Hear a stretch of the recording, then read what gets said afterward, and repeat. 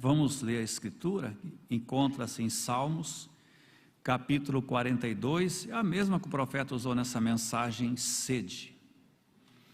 Sede.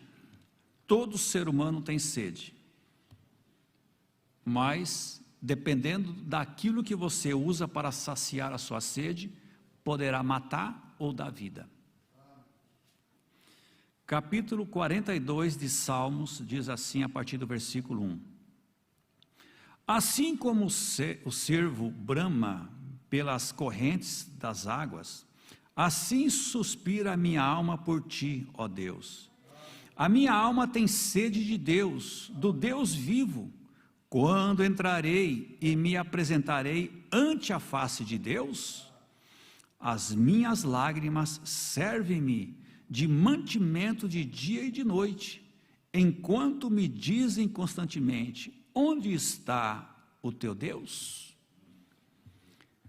Senhor Jesus, abençoa, Senhor Deus, estas palavras em nossos corações, que nós possamos sair daqui nesta manhã, Senhor Jesus, com a nossa sede saciada, Pai, que a sua palavra possa ir de encontro a cada necessitado nesta manhã, que o homem possa sair de cena e o Senhor entrar em cena, que o Senhor possa, Senhor Deus, nesta manhã, mudar cada natureza que ainda não foi mudada, que possa haver novos homens e novas mulheres, que cada um possa encontrar ao Senhor, pois também peço, Senhor Jesus, pelo encontro nacional de pastores, que começará logo mais na terça-feira à noite, que o Senhor guarde a cada pastor, cada ministro, cada obreiro, cada irmão que está indo ali em Goiânia. Também peço, Senhor Deus, pelo pastor Jonas, por toda a sua equipe, Pai, que o Senhor os ajude, que o Senhor esteja com eles, dando a eles força, Pai, inspiração, que o Senhor possa estar com cada um deles ali, abençoando-os e livrando de todo mal e todo perigo, pois eu agradeço por tudo no nome do Senhor Jesus Cristo. Amém. Sentai-vos. Sede, né? Sede. Tem tantas coisas alternativas que o homem inventa para saciar a sede, né?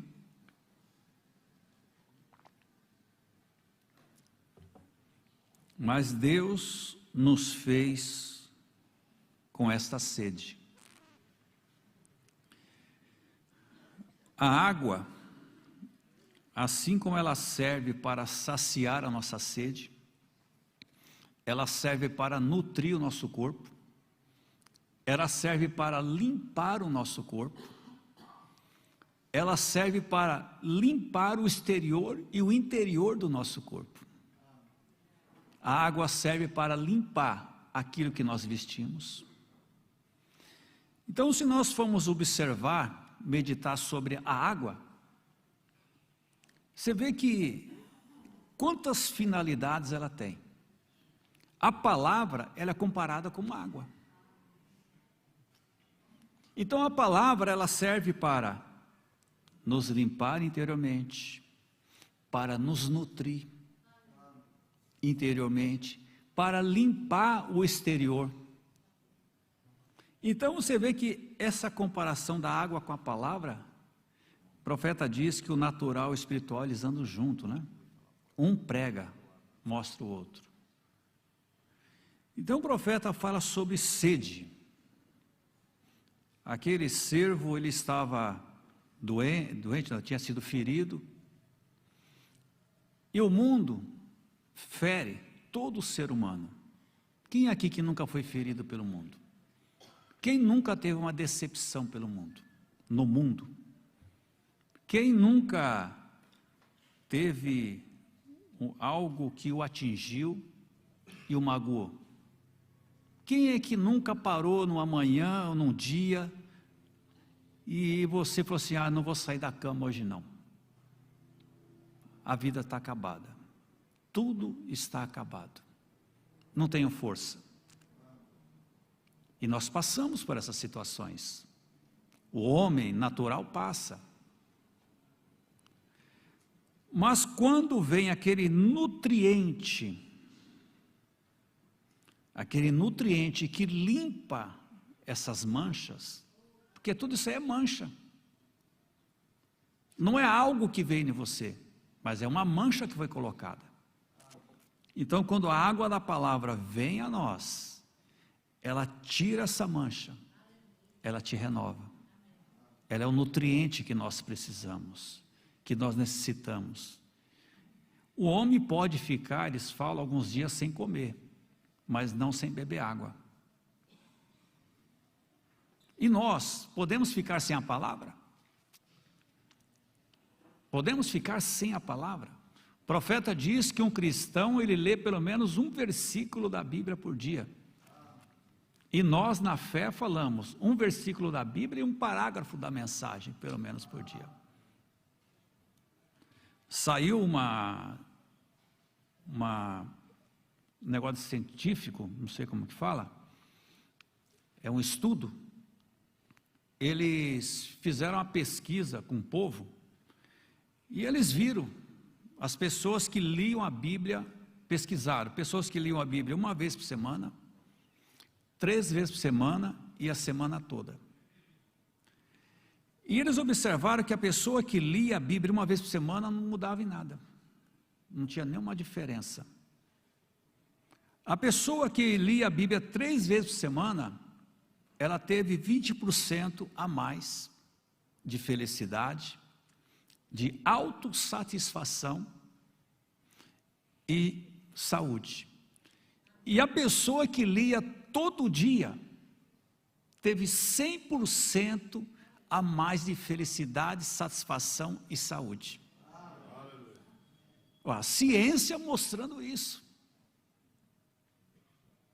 A ciência simplesmente, eles não é nada novo. Só estão falando, eles estão mostrando aquilo que está na Escritura. O profeta diz assim a partir do 21. Geralmente se necessita da angústia para tirar o melhor do homem. Precisamos passar pelos problemas, perseguição, dificuldade. Se eu pudesse ser testado no iate, se eu estivesse no iate lá, cheio de dinheiro, tudo que eu queria tivesse, ô teste bom esse, né? Venceria todos, não ia nem chorar. Mas o teste, irmão, é na hora que a gente está lá no fundo. Jonas, na barriga da baleia, olhou para um lado, escuridão, para o outro lado, escuridão. Jonas não tinha nem um palito de fósforo, porque era molhado lá dentro. Eu acho que era molhado, né? Porque a barriga da baleia. Mar para cima, mar para baixo, mar para um lado, mar para o outro. E agora, Jonas? Hein, Jonas? O que você vai fazer agora? Mas Deus teve que colocar Jonas naquela situação para tirar o melhor dele, para poder usar o homem, para poder usar a mulher. Às vezes Deus tem que tirar tudo que nós temos para nos usar. Geralmente se necessita da angústia para tirar o melhor do homem, da mulher, do cristão. Isto é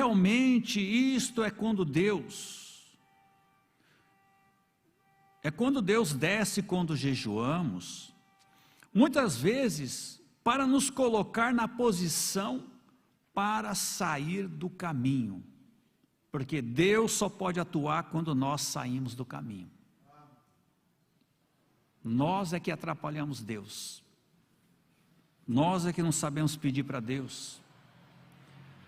Muitas vezes Deus nos coloca em cantos apertados, onde temos que olhar para cima. Às vezes temos até mesmo que levantar nossas costas num hospital, ou numa cama em algum lugar, para então podermos olhar para cima e ver de onde vêm as grandes bênçãos de Deus. Então eu estava olhando o pensamento sobre a palavra sede, Então eu olhei no dicionário para ver o que ela significava. É um desejo doloroso.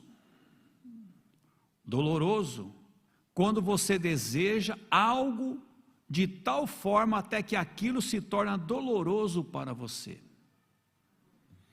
Agora, sede é uma coisa natural.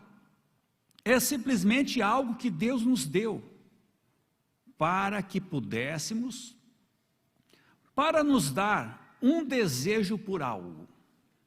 Às vezes Deus também tem te dado uma torre de controle, algo que está estabelecido dentro de você, que controla esses desejos diferentes. E esta sede, esta torre de controle que está estabelecida no coração do homem, da mulher, é algo que Deus lhe dá para adverti-lo dos desejos que são necessários para ele, para você. Agora, existem dois tipos diferentes de sede. Existe a sede física e também a sede espiritual. Eu gostaria de ler isto que Davi disse outra vez: a minha alma tem sede de Deus, do Deus vivo.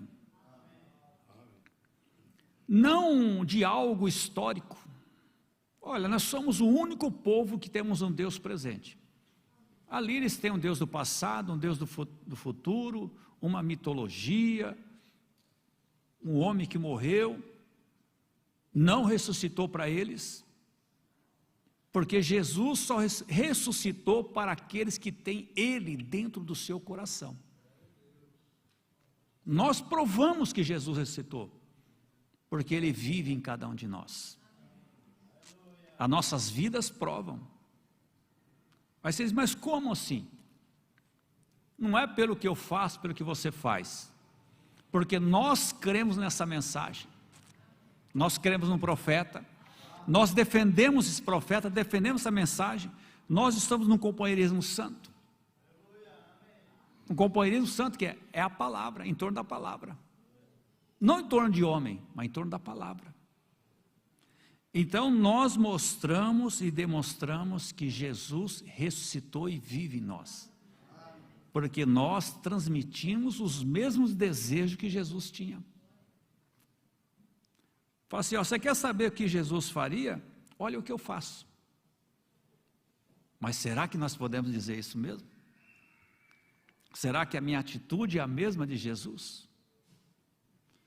Eu fico imaginando no dia da ceia, eu vejo aquela imagem, Jesus lá em cima, vem aquele soldado com a lança, enfia a lança, sai sangue, sai água, depois sai sangue, e ele mesmo lá na cruz, pendurado, morrendo, ele deu vida para um. Olha, ele deu vida para um que estava do seu lado, olhou para baixo e falou, meu coração está limpo, não tenho nada contra ninguém, ainda intercedeu, porque se Jesus não intercedesse pelo povo ali, ia ser todos destruídos. Por que a nação aqui, o mundo ainda não foi destruído? Porque há um povo aqui ainda, há um povo aqui ainda. Se as pessoas soubessem quem você é, teria fila aí na frente, ó, para agradecer. Falar, olha, eu ainda não fui destruído porque vocês estão aqui. Eu quero isso que vocês têm. Eu quero isso que vocês têm. É diferente.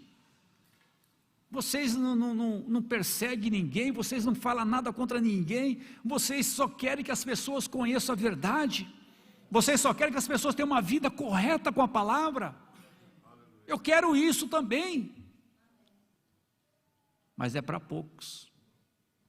Mas quando Jesus olhou para baixo, Ele olhou assim, ó, Pai, perdoa-os. Eles não sabem o que fazem. Porque Deus havia cegado os olhos deles para que viesse até nós. E eu fico na ceia, eu imagino, eu coloco essa imagem assim, eu fico vendo, Senhor, eu quero ter esse sentimento. Eu quero vir na fila da ceia aqui, eu vou relembrar do corpo e do sangue, lembrar da sua obra no Calvário, mas eu quero também transmitir o sentimento que o Senhor transmitiu ali no Calvário.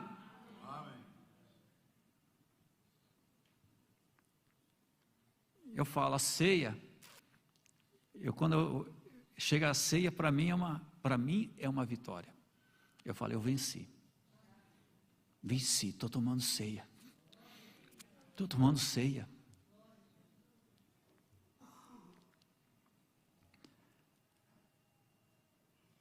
Agora, nós encontramos, Deus te dá a torre de controle.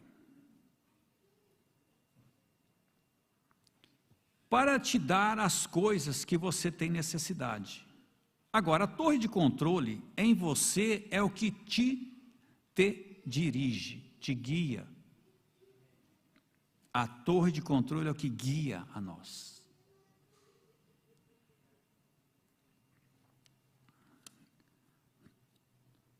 Há uma torre de controle da alma, uma para o corpo, e cada torre é uma advertência para a necessidade do outro. Cada um chama pela necessidade que o clamor está clamando. Isto envia uma onda de advertência. Eu sempre comento com os irmãos, eu falo assim, quando eu não posso, se eu não ir no culto, fica estranho. Acho que uma ou duas vezes não teve culto aqui, foi poucas vezes, começo do ano acho que foi, a gente não veio, ficou um domingo tão estranho, assim, parecia que não tinha sentido. Parecia que não tinha sentido. Quando não tem um culto, você não pode ir para o culto, não perde o sentido. Fica uma noite vaga, né? Você fica assim, aí fica alguma coisa está falando. Não está certo isso. Está faltando. O que é? É o culto. É o culto. O profeta fala, né, sobre faltar os cultos, né? Por exemplo, a carne tem sede de satisfazer os desejos que estão no corpo, e o espírito deseja as coisas que estão na alma. O desejo está muitas vezes em guerra um contra o outro. Nós encontramos ali que este é um grande problema hoje, que muitas pessoas estão tentando viver entre aqueles dois desejos. O que eu vou satisfazer? O corpo, que está pendendo para o pecado? Ou a alma que está clamando por Cristo? O que eu vou satisfazer? Aonde está a vida? E as pessoas estão tentando satisfazer aquilo que já está morto. Porque este corpo por si, o profeta diz que não tem vida, que se o espírito sair daqui, acabou, não tem mais nada. Mas onde está a vida? O que é que tem mais importância para nós? O que é que nós estamos procurando satisfazer? E como? As pessoas, elas acham que às vezes, que vem essa sede, o profeta diz, elas vão para o rock and roll, para campo de futebol, cinema, e você vai estar com sede, Se você tentar usar qualquer produto que não seja a água para saciar a sua sede, aquilo vai ocasionar mais sede e não vai trazer a limpeza que a água traz para o seu corpo. E assim é no espiritual. Então, se você tentar saciar a sede da sua alma, que não seja a palavra vindicada por Deus, aquilo não vai trazer limpeza, não vai nutrir a sua alma, e ela vai trazer o que? Enfermidade na alma, que é lepra na alma. E o profeta diz que hoje, primeiro vem a morte espiritual, para depois vir a morte do corpo. Então hoje primeiro é a morte espiritual. Quantas pessoas nós encontramos hoje que estão mortas? Uma pessoa sem Deus é uma pessoa morta. Quantas pessoas estão mortas hoje? São pessoas boas, pessoas que nos ajudam às vezes, né? Mas morte espiritual. Se a gente pudesse, né? Pois um deseja as coisas da terra e o outro deseja as coisas do céu. Agora nós estamos aqui saciando nossa sede com as coisas do céu. Desde o início, desde o momento que você entrou aqui, você orou, você se assentou, você já estava saciando com as coisas do céu. O hino sacia, o hino é pregação. O louvor, até um aviso que o pastor dá aqui, é adoração. Aqui é tudo adoração. Adorando ao Senhor Jesus Cristo, o Deus que está presente aqui, ó. Não algo mitológico, não algo que passou ou algo que será, mas nós temos um Deus que está presente aqui, ó, 24 horas. Como Paulo descreve isto em Romanos 7, 21, quando quero fazer o bem, o mal está comigo. Quando você tenta, você já teve aquilo em experiência. Cristãos, aquilo, o profeta fala, aquilo, quando você está tentando fazer algo que vale a pena, vai fazer um esforço para fazer algo que é bom. Todos nós tivemos luta para chegar aqui, né? Irmão, sair da cama é uma luta. Né? Pegar um ônibus é luta. Pegar esse trânsito é luta. Hoje é domingo o ônibus atrasa mais, né? Tem menos ônibus na linha. Aí você já sai com aquela preocupação, não posso perder esse, se eu perder esse, chega atrasado. Que luta, né? Você levanta, você já começa a fazer cronometrar o seu tempo, para não sair atrasado, não chegar atrasado. Então é luta. Se o inimigo pudesse, ele nos destruiria. Você sabe que às vezes nós estamos vindo para a igreja, vários bandidos passam pela gente e não nos enxergam. Sabia? São cegados. São cegados. E a gente chega aqui, né? Aí tem um pão, café, chá e leite, né? Toddy. Bom, tinha que ter culto todo dia, né? Mas além do natural, tem o espiritual. O alimento espiritual. Você chega aqui e você fala assim, valeu a pena. Você já agradeceu pelas bênçãos antes de começar o culto? Bom, é uma experiência diferente. Você chega aqui e fala, Senhor, obrigado, eu fui abençoado. Esse culto foi uma bênção. Por quê? Nós não sabemos que vai ser, mas Deus já sabe que vai ser. Então você já agradece. Ser agradecido, o senhor fez um estudo um tempo atrás sobre agradecimento, né? Uns 3 cultos, se não me falha a memória.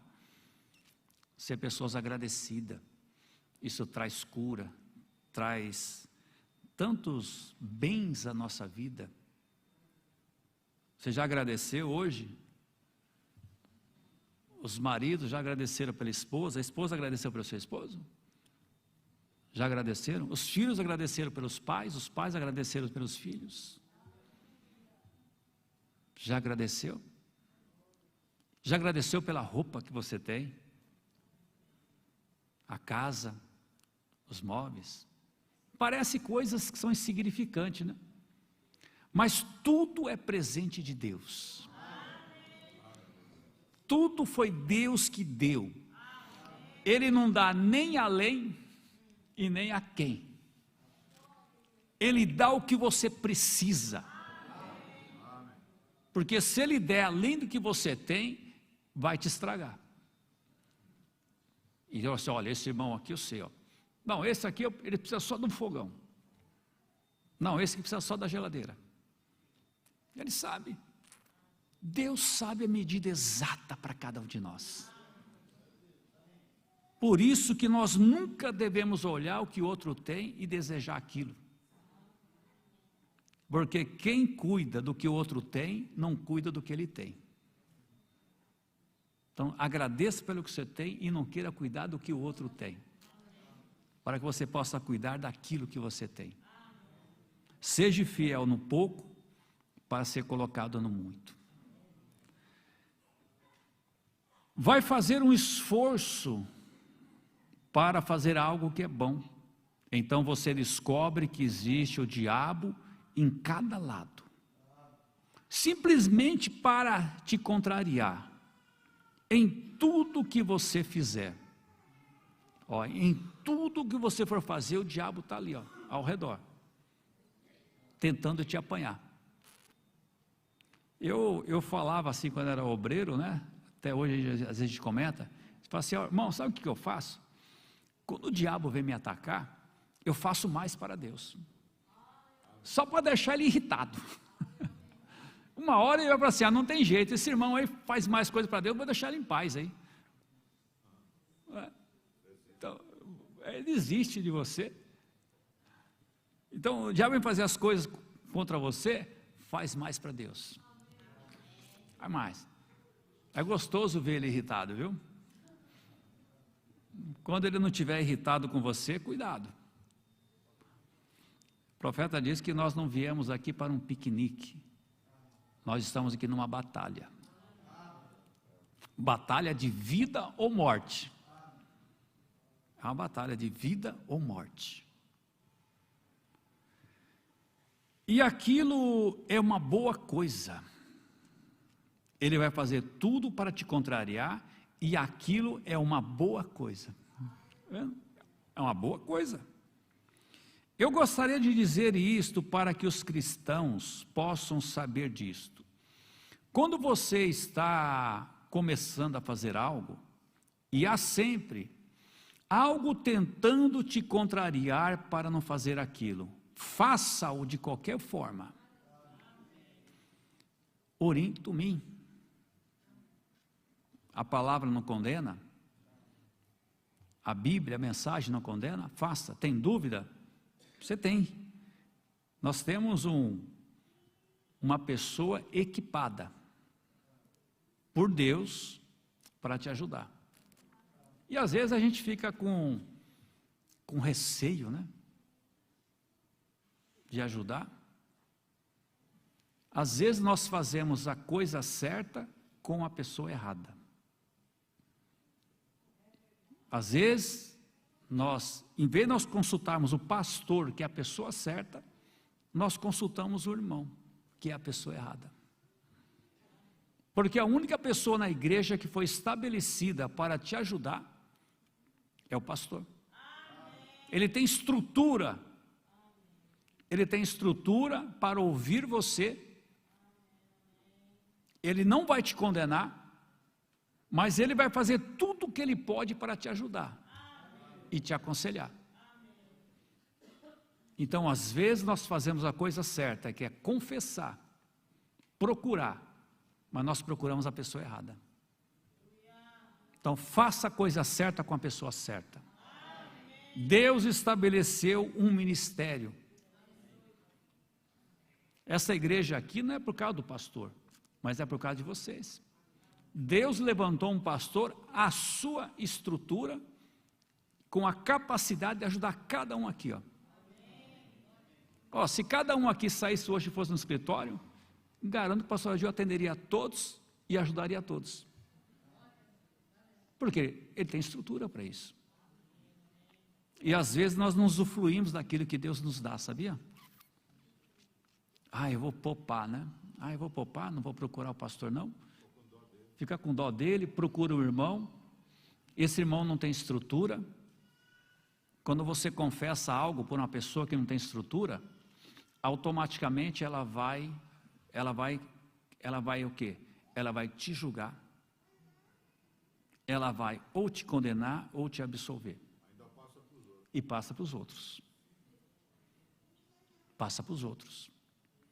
Aí um passa para o outro, passa para o outro. Na hora que você vê aquele problema, virou um problemão.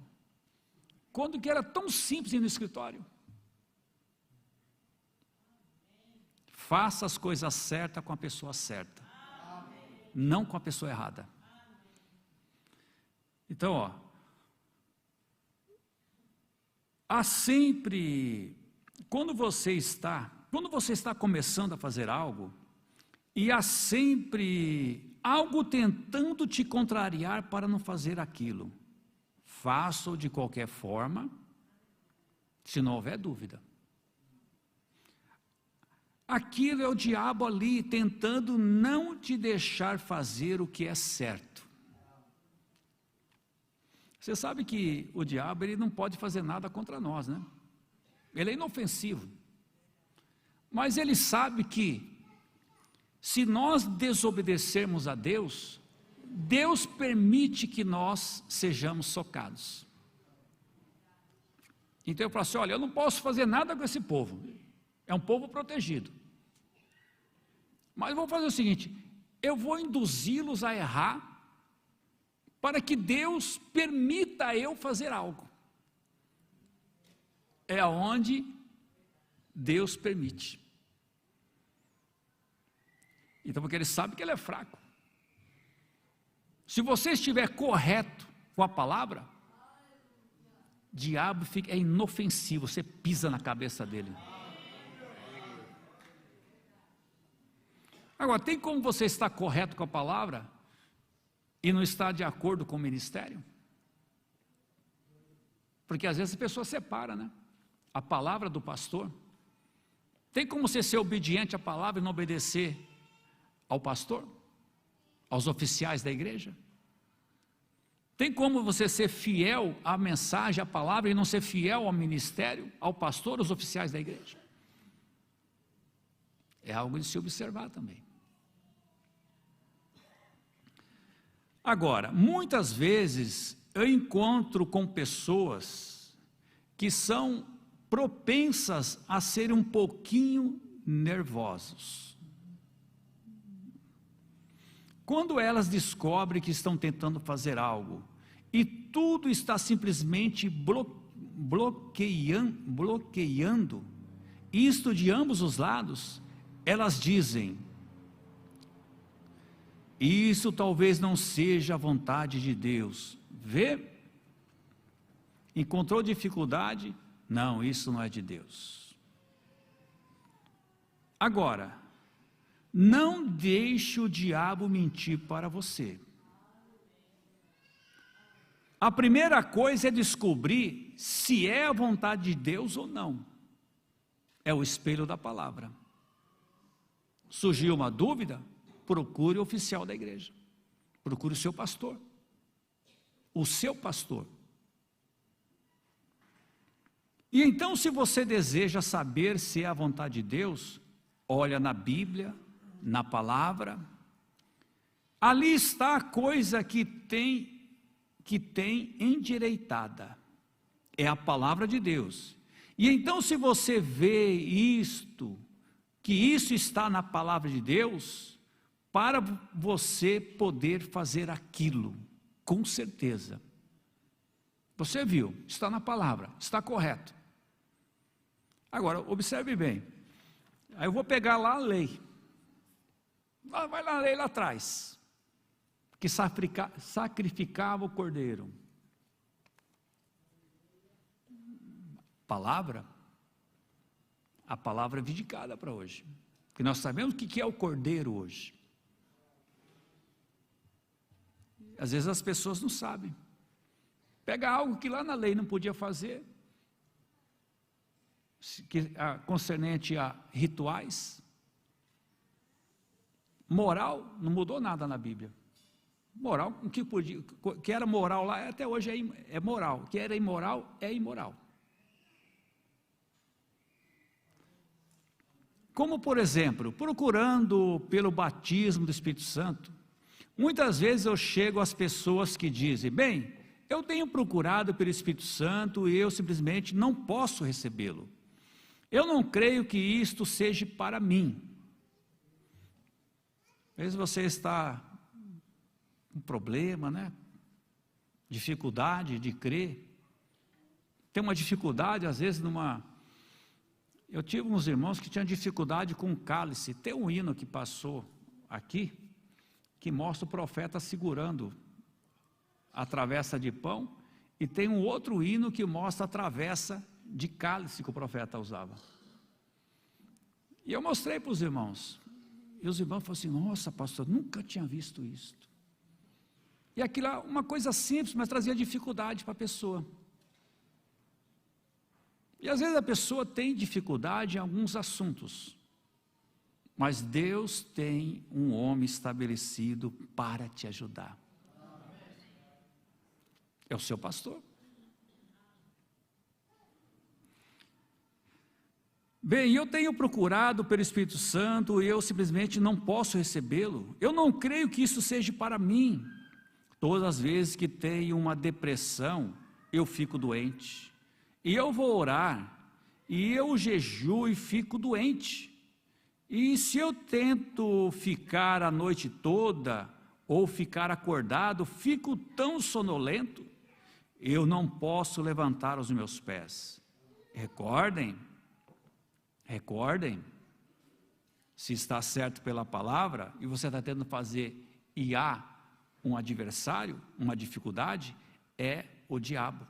Porque Deus quer que você tenha o Espírito Santo, é para quem desejar. Eu sempre digo, o problema é que nós olhamos demais para a capa, né? A gente olha muito para esse corpo natural. O que você pode encontrar olhando para o corpo natural? Derrota, fracasso, doença, enfermidade, angústia. O irmão Bucho, como é que estava, que é o senhorzinho que estava morrendo lá, me fugiu o nome dele, tinha 90 e poucos anos, era evangelista. O corpo dele estava, né, ruim, mas a alma estava na flor da juventude.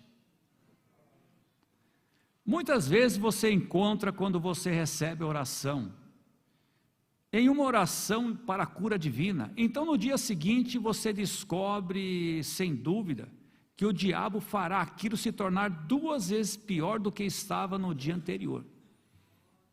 Isso realmente acontece muito. Você recebe a oração, no outro dia você está pior do que estava antes de receber a oração. Aí você fala assim, não, a oração não valeu nada.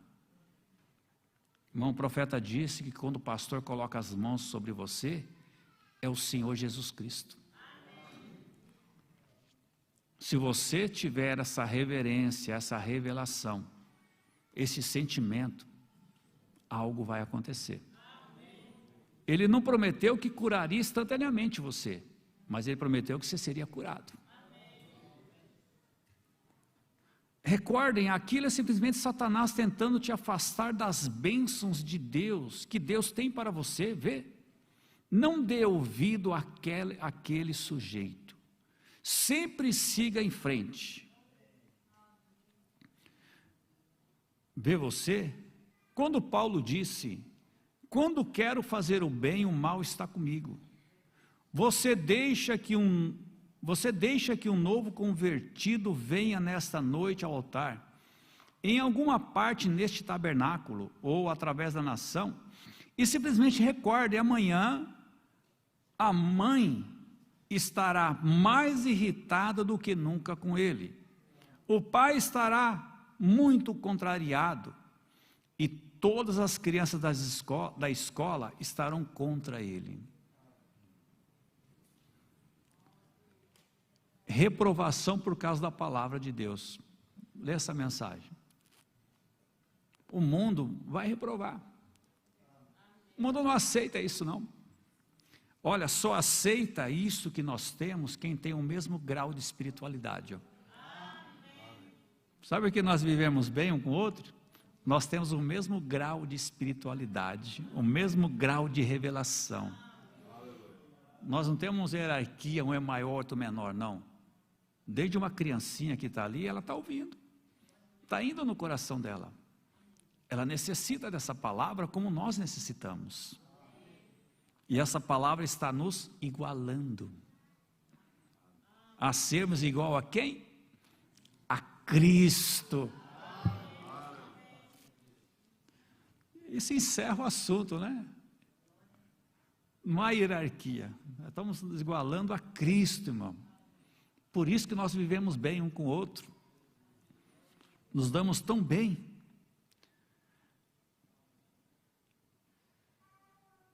Ele está tentando te tirar do caminho. Tudo que Satanás quer é que você saia do caminho. Quando eu faço o bem, o mal está comigo. Agora, vamos olhar na sede e vamos ver se a sede é realmente uma coisa natural. Já houve pessoas que me disseram: eu nunca tive sede. Eu creio que é somente para algumas pessoas que desejam ser cristãs. Olha, eleição, predestinação. Isso aqui não é para todo mundo, não. Deus nos enviou com essa sede por essa mensagem. Você ouve a mensagem, né?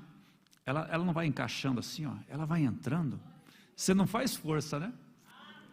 Você não faz força. Ela vai entrando assim, ó. Você, nossa, é isso. E você vai dando glória a Deus, aleluia. E você fala, você glorifica do nada, você começa a glorificar a Deus. Porque é para algumas pessoas, é alguns privilegiados. E nós somos um povo privilegiado de Deus.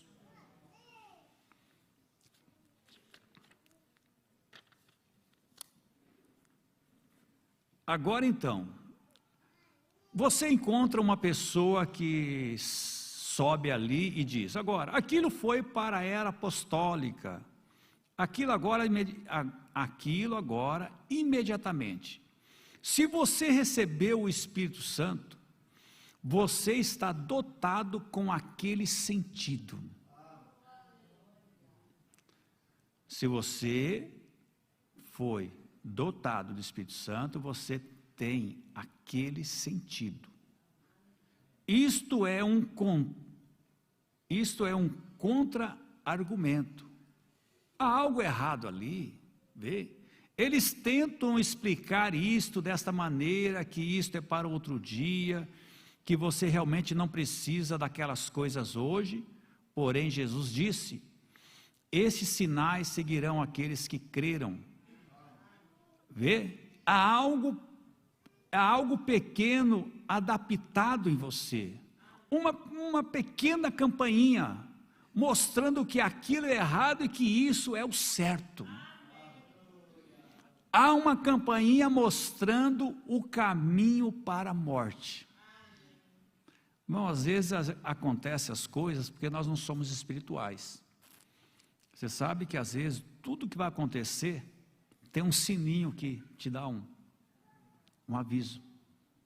E às vezes nós ignoramos isso. Nós falamos assim: não, isso aí não sou denominacional, essa coisa é para outro, não. Sempre que vai ocorrer algo com você, tem um sininho, você pode observar. Quando um cristão vai partir, ele sabe. Ele sabe. Geralmente ele vai estar mais feliz. Vai ter uma mudança nele. Há algo nele dizendo que ele vai para casa.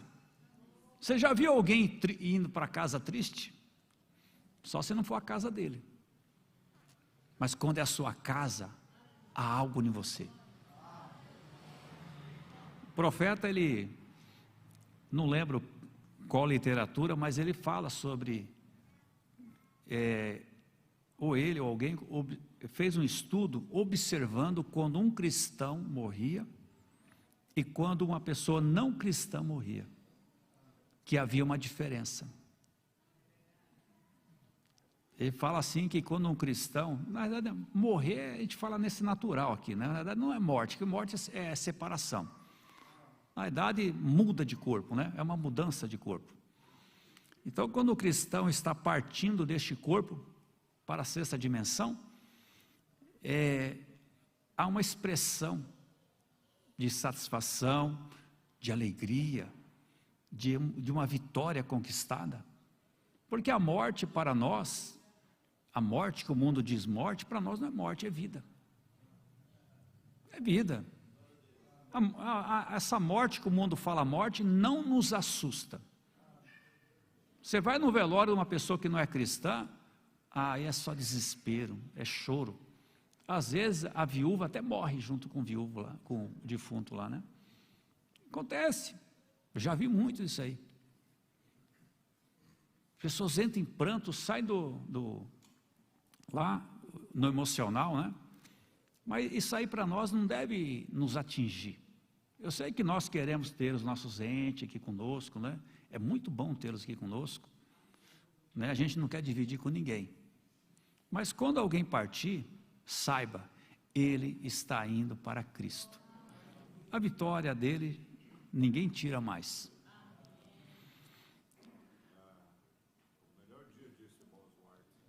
É o melhor dia, era o melhor dia dele, né? O profeta perguntou para ele assim: irmão, toda essa época que seu irmão esteve no campo, batizando, as pessoas foram curadas, qual foi o seu melhor momento, né? Qual foi o seu melhor momento? Ele falou: está sendo agora. Agora. Então quando um ente partir, não entre em desespero, mas fala: Senhor, ele venceu. Aí a gente faz uma análise, né? E eu estou pronto? E eu estou pronto? Estou pronto para esse momento? Nós estamos prontos? Se nós sairmos daqui e não chegarmos em casa, nós estamos prontos? Você está pronto ou tem que voltar para acertar alguma coisa? Não, tem que voltar lá que eu tenho que acertar, que eu estou brigado. Estou brigado, tem que voltar lá e acertar. Não, tem que pagar a conta. Estamos prontos? Porque Jesus disse: se acrescentarmos uma palavra a isto, ou tirarmos uma palavra disso, nossa parte é tirada do livro da vida. Vê? Não uma escritura. Nós devemos tomá-la exatamente da maneira que está escrita. E Deus observa a sua palavra para realizar isto, e nós sabemos que isto tem que estar exatamente correto. Portanto, não importa o que dirá a igreja nominal, ou o que qualquer pessoa dirá, se você é nascido do Espírito de Deus, você se torna parte da Bíblia. Deus disse a Ezequiel que ele era um profeta. Ele disse: tome o livro e coma-o. Então o profeta e o livro se tornaram parte um do outro. E este é o crente quando ele recebe o Espírito Santo. O Espírito Santo escreveu a Bíblia, e o Espírito Santo de Deus é a palavra de Deus. Minhas palavras são espírito, No princípio era o Verbo estava com Deus e o Verbo era Deus. E o Verbo foi feito carne e habitou no nosso meio. Hebreus 13:8. Ele é o mesmo ontem, hoje e eternamente. E quando você é parte daquela palavra, então deixe vir algo contrário àquela palavra, e há uma campainha que soará imediatamente.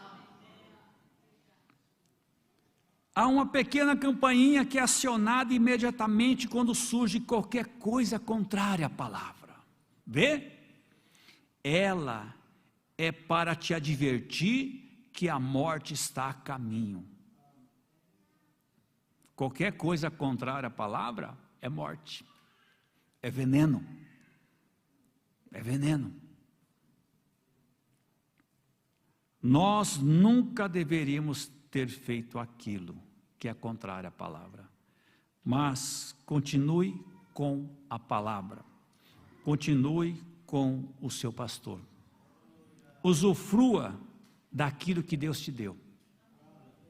Deus te deu a pessoa correta, Deus te deu o ministério correto, Deus te deu os oficiais corretos, Deus deu o melhor para você. Essa igreja é o melhor, esse pastor é o melhor, este ministério é o melhor. Então Deus deu o melhor que Ele tinha para você. Que Deus vos abençoe a todos, que Deus guarde a todos. Pastora Gil.